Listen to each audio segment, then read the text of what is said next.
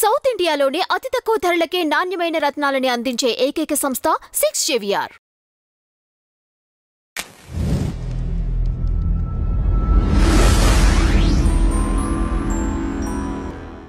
Tea media ప్రేక్షకులకు స్వాగతం, సుస్వాగతం. ప్రశ్న మీది, సమాధానం నాది. ఈ కార్యక్రమంలో మనం ఇప్పటిదాకా మన ప్రేక్షకులు వెలిబుస్తున్న అనేక రకాలైన సమస్యలకి మన వంతు పరిష్కారాన్ని ఇచ్చే ప్రయత్నం అయితే చేస్తున్నాం. మరి ఈ కార్యక్రమంలో ఈరోజు ఎవరు ఎటువంటి ప్రశ్నని మన ముందుంచారు అనే దాన్ని ఒకసారి పరిశీలిద్దాం. మాది విజయవాడ, నా పేరు రాఘవాచారి. మా మనవడి పేరు హర్షదీప్. వాడికి ఇప్పుడు 6వ సంవత్సరం. అయితే 6వ సంవత్సరం కన్నా కూడా కొద్ది నెలల ముందుగానే వాడికి ఇప్పటికే మరి కళ్ళజోడు రావటం అనేది జరిగింది.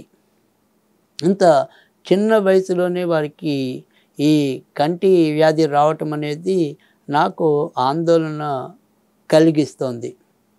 అయితే ఇక్కడ మా మనవడికి ఉండే ఏదైతే కంటి వ్యాధి అనేది మరింత పెరగకుండా ఉండేందుకు భవిష్యత్తులో ఏదైనా సరే ఇప్పుడు వచ్చిన రోగం ఇక్కడితో ఆగిపోయి వాడు కంటిపరంగా బలవంతుడు కావాలని నా మనోరోధం.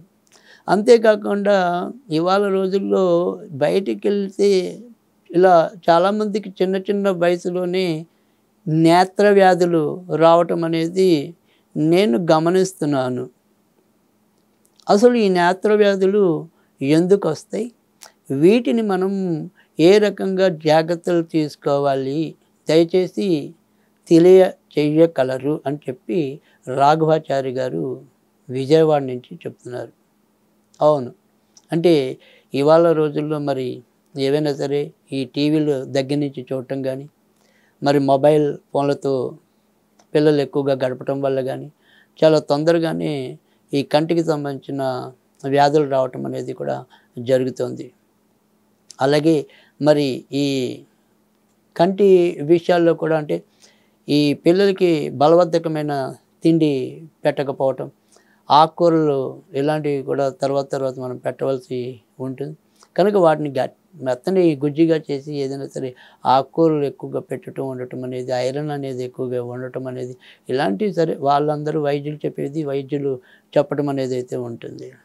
కానీ ఇక్కడ మనం గమనించవలసింది ఏదైనా సరే, ఎవరింటో అయినా సరే పిల్లలు కళ్ళజోడు రానికి ముందే మనం చూసినట్టయితే కనుక ఈ స్మార్ట్ ఫోన్స్ కానీ టీవీలు కానీ కొద్దిగా కళ్ళిళ్ళలో నిలుపుకుంటూ ఒక్కోసారి ఇలా దగ్గరికి వెళ్ళి చూడటం, ఇలాంటివి కూడా మనం అంటే అవన్నీ కూడా వాళ్ళకి కంటిలో తెలియకుండానే సమస్య ఉంది అని చెప్పి మనం గుర్తించే లక్షణాలు.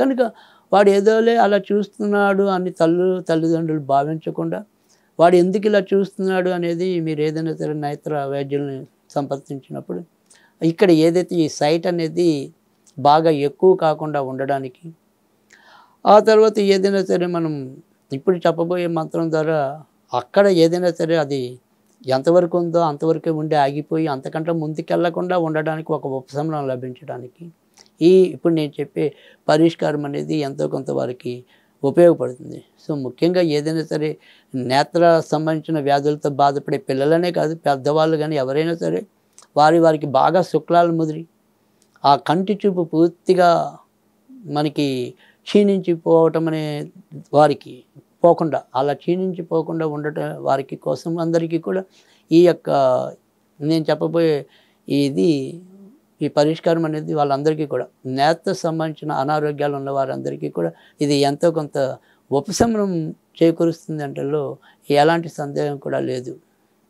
ఇప్పుడు మరి ఈయన ఏదైతే మరి పాపం ఆ రాఘవాచారి గారు హర్షదీప్ కోసం అడిగారు, అతన్ని మనం దృష్టిలో పెట్టుకుని చెప్తున్నప్పటికీ కూడా ఇది ఈ రకంగా బాధపడుతున్న వాళ్ళందరికీ కూడా వారికి చేసుకోవడానికి ఇది సహాయపడుతుందని, వారి యొక్క కంటి చూపునికి ఎంతో కొంత మేలు చేస్తుందని నేను భావిస్తున్నాను.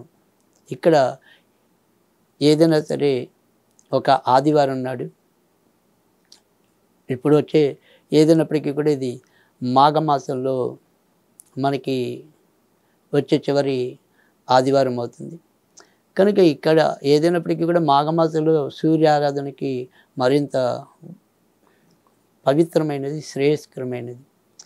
సరే ఒకవేళ ఇప్పుడు కాకపోయినా సరే ఏదైనా సరే ఒక ఆదివారం నాడు ఇప్పుడు నేను ఇవ్వబోయే మంత్రం ఏదైతే ఉంటుందో అది మొదట అది ఒకరోజు పట్టినా 2 రోజులు పట్టినా ఎన్ని రోజులు పట్టుతుంది, ఎన్ని రోజులు మీరు చేయగలుగుతారు అనేది మీ ఇష్టం. కానీ సంఖ్య మాత్రం మరి 5000 జపం అనేది దీనికి సూచించడం అనేది జరిగింది. కనుక ఈ 5000 మంత్రాన్ని ముందైతే కనుక మనం పూర్తి చేసుకోవాలి. అది ఏదైనా సరే మొదటిసారి మొదలెట్టేప్పుడు ఆదివారం మొదలెట్టాలి. ఆదివారమే కాకుండా అంటే ఆదివారం అనేది అందరికీ తేలిగ్గా అర్థమవుతుంది కనుక ఆదివారం అనేది చెప్పడం జరిగింది. అలా కాకుండా సూర్యుడి నక్షత్రాలైన కృత్తిక, ఉత్తర, ఉత్తరాషాఢ నక్షత్రాలు ఆ రోజు కనుక ఉంటే ఆ రోజు కూడా దీనికి మనం శ్రీకారం చుట్టచ్చు. అది దీనికి చాలా సులభంగా మంత్రం ఏంటంటే కనుక ఓం హ్రాం హ్రీం హ్రూం నమో భగవతే శ్రీ సూర్యాయ అక్షితేజసే నమః. ఓం హ్రాం హ్రీం హ్రూం నమో భగవతే శ్రీ సూర్యాయ అక్షితేజసే నమః. ఇది ఈ రకమైన మంత్రాన్ని అయితే కనుక 5000 జపం పూర్తి చేయాలి. ఈ 5000 జపం పూర్తి చేశాక మనం ఏదైనా సరే ఈ మంత్రాన్ని రోజుకి 10 సార్లు జపిస్తూ కొద్దిగా నీటిని ఇలా కంటికి తుడుచుకుంటూ రావాలన్నమాట. అలా మనం ఏదైనా సరే 40 రోజుల నుంచి 3 నెలల కాలం కనుక ఇలా చేసినట్టయితే తప్పకుండా కంటి వ్యాధుల నుంచి బయటపడటం అనేది ఉంటుంది.